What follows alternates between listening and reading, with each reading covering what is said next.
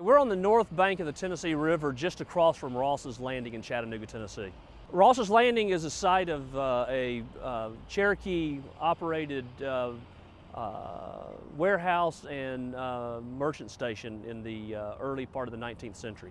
The location behind us is the site of Ross's Landing and Ross's Ferry, which is established in 1816 by John Ross and his brother. It becomes an important trading post between the Cherokee Nation and the state of Tennessee. In the early 1820s, the Tennessee River is actually an international border between where we're standing and what would have been Tennessee and the Cherokee Nation across the river. It's also the point where the federal road that ran from Augusta to Nashville crossed the Tennessee River. The road ran through the Cherokee Nation, started in the early 19th century, 1802, 1803. It runs across the Cherokee Nation and connects the Savannah River with the middle part of the state of Tennessee. This is the site of the first steps on the Cherokee's Trail of Tears. The roundup that began in May of 1838 as a result of first the Indian Removal Act of 1830 and then the Treaty of New Echota in 1835 concentrated at two spots along the Tennessee River, one at Ross's Landing and one at Blythe's Ferry. The Cherokee were literally rounded up from their houses in late May of 1838, forced to go to what can be only called concentration camps, points where families and individuals were taken by the U.S. Army across North Georgia, Northeast Alabama, Western North Carolina, Southeast Tennessee, taken first to those camps and then taken to the two major depots on the Tennessee River, the one at Ross's Landing, the one at Charleston near Blythe's Ferry. In early June of 1838, the first forced eviction happens here at Ross's Landing on June 7th. Then about a week later, a second party of Cherokee are forced onto steamboats and barges again and sent down the Tennessee River towards the Indian Territory.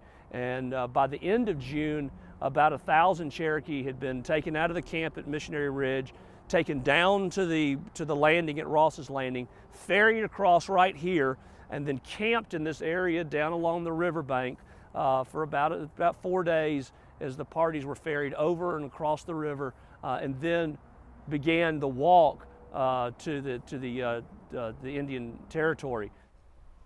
In the beginning of the 21st century, a group of Chattanoogans and National Park Service representatives and members of the Cherokee Nation and the Eastern Band of Cherokee Indians got together and began to think about how to commemorate the Trail of Tears here. And really the interesting thing about the decisions that were made is that the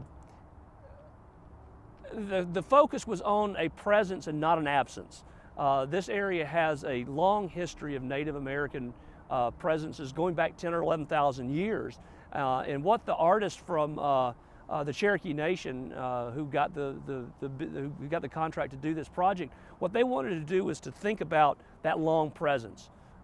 They didn't want to necessarily think about the eviction. They didn't want to think necessarily about the roundups. In fact, when you talk to Cherokee about how they remember the Trail of Tears, they think of it as an incident in their history, not the sum total of Cherokee history. It's one event among many, one moment in a very, very long history. And if you think about just the raw numbers of this, there's 16,000 Cherokee, give or take, who are forced out of their lands in North Georgia and Southeast Tennessee in 1838. There are now 250,000 citizens of the Cherokee Nation. Very successful in business, very successful in politics. The leaders of the Cherokee Nation are some of the strongest proponents for Native American rights. Were very active in the American Indian movement and then the movements that came out of that. So it's a very successful nation. It's a nation that is very resilient. Some Cherokee called it the trail where they cried. The Trail of Tears moniker really becomes something of a romantic shorthand that Anglo-Americans use to describe what happened here. I think that romanticizing it by calling it the Trail of Tears sometimes, I think, softens the impact, the real historical experience of what happened. But I don't think that we as a people should be necessarily dwelling on that. I think that we look at it, as the Cherokee do, as an incident rather than the sum total of a people's history.